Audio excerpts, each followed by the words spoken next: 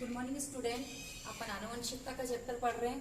Before class में अपन आनुवंशिकता के नियम देखे थे, प्रभाविता का नियम, पृथक्करण का नियम, स्वतंत्र अपीवरण का नियम। उसमें अपन ने प्रभाविता के नियम के ऊपर डिस्कशन कर लिया था कि किसी समयुग्म की विकल्पी एक लक्षण को लेकर अगर अपन संकरण करवाया जाता है, जैसा कि अपन ने देखा था लंबे लंबा और बोना बोना, तो F1 पीढ़ी में अपने को जो पौधे प्राप्त हुए थे वो कैसे थे, सारे लंबे, लेकिन कौन सा, विषम युग्म की लंबे, यानी कि कैपिटल टी और स्मॉल टी दोनों युग्म किसमें आ रहे हैं। ये एक संकर संकरण पर आधारित नियम था। आज अपन सेकंड नियम को डिस्कशन करेंगे।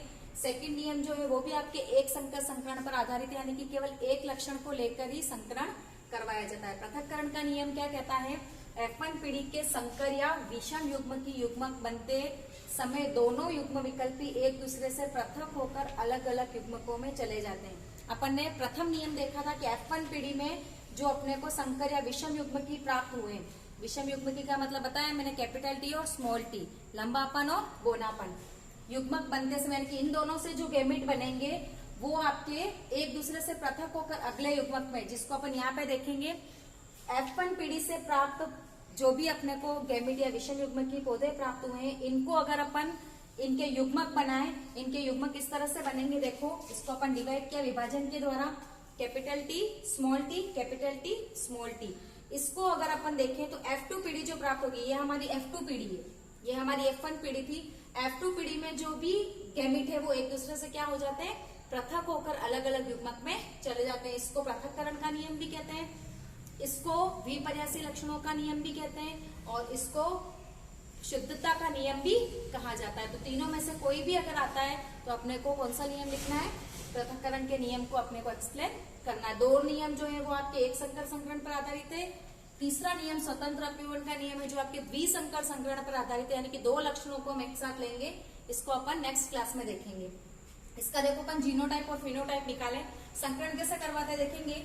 कैपिटल टी और कैपिटल टी के बीच में संकरण करवाया जाता है तो आपके बनेगा capital T capital T, capital T के साथ स्मॉल टी, कैपिटल टी और स्मॉल टी। वापस करेंगे small T capital T, small T आपके बोनेपन को निरूपित कर रहा है, कैपिटल टी आपके लंबेपन को निरूपित कर रहा है, और स्मॉल टी स्मॉल टी। देखो ये आपके चेकर बॉक्स कहलाता है, इसको अपन शतरंज बोर्ड भी कहा जाता है, इससे चेक किया जाता है इसलिए इसको चेकर बॉक्स कहते हैं। जहां पे दोनों कैपिटल टी है, कैपिटल टी, वो आपका जो पौधा होगा वो कैसा होगा, शुद्ध लंबा।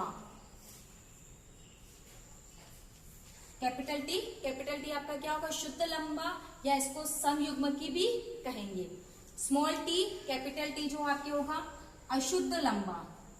अब लंबा क्यों होगा, ये तो अपन ने देखा है कि जहां पे प्रभावी गुण आ रहा है वो अपना प्रभाव प्रकट कर रहा है। यहाँ पे स्मॉल टी भी है, बोनेपन का गुण भी है, परंतु ये आपके रिसेसिव फॉर्म में रहता है, यानी कि अप्रभावित रूप से इसके साथ में एक पीढ़ी से दूसरी पीढ़ी में गमन करता है। अशुद्ध लंबा, दिखने में तो लंबा है लेकिन जीनोटाइप इसका क्या है, अशुद्ध रूप से।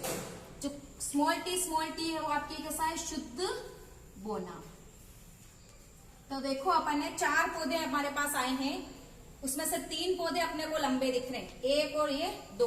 तो हमारा दिखने का मतलब फिनोटाइप, इसको हिंदी में लक्षण प्ररूप कहते हैं। बाहर से दिखने में कितने पौधे लंबे दिख रहे हैं, तो देखो ये लंबा और ये लंबा, तो कितने दिख रहे हैं अपने को, 3 पौधे लंबे और 1 पौधा बोना। और जीनोटाइप क्या कह रहा है एक्चुअल में, कि शुद्ध रूप से कितने पौधे लंबे, तो 1 पौधा, अशुद्ध रूप से कितने लंबे पौधे तो कितने, 2, और शुद्ध रूप से कितने पौधे बोने तो 1। तो इसका फिनोटाइप, जिसको कहते हैं जीनोटाइप और फिनोटाइप, लक्षण प्ररूप और जीन प्ररूप। तो इसका जीनोटाइप क्या हो गया, 1:2:1, और इसको फिनोटाइप क्या होगा, 3:1, यानी कि 3:1 और 1:2:1। द्विसंकर संकरण का नियम आता है जब आपको डेफिनेशंस देनी है, चेकर बॉक्स बनाना है और उसको जीनोटाइप और फिनोटाइप भी लिखना है। इसी के साथ अपने डेफिनेशंस में देखा था संकर पूर्वज संकरण, जिसको बैक क्रॉस कहा था अपन ने।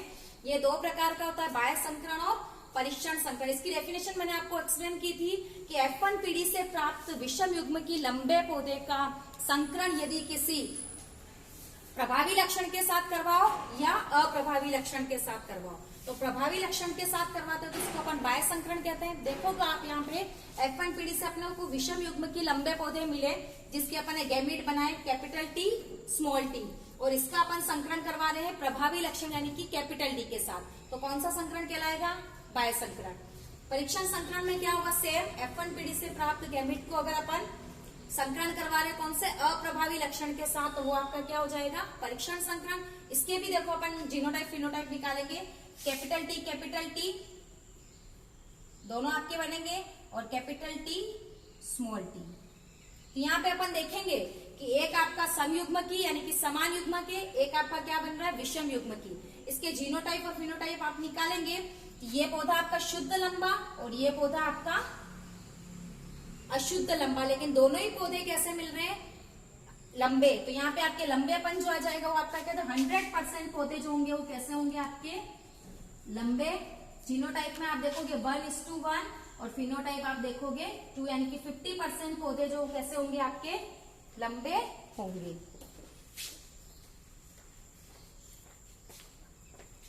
फिनोटाइप में 100% पौधे आपके कैसे होंगे? लंबे होंगे। नेक्स्ट परीक्षण संकरण में अगर अपन देखें same capital T small T, यहाँ पे अपन इस तरह से लिखेंगे कैपिटल टी स्मॉल टी और स्मॉल टी स्मॉल टी। तो देखेंगे आप दोनों में डिफरेंस देखना। जहाँ पे कैपिटल टी आया वो आपके लंबेपन का गुण दे रहा है, यानी कि 50% पौधे जो होंगे आपके कैसे होंगे? लंबे। और 50% पौधे आपके कैसे होंगे? बौने। इन दोनों डेफिनेशंस पे अपने को ज्यादा फोकस करना है, इसके ऊपर क्वेश्चंस बनता है।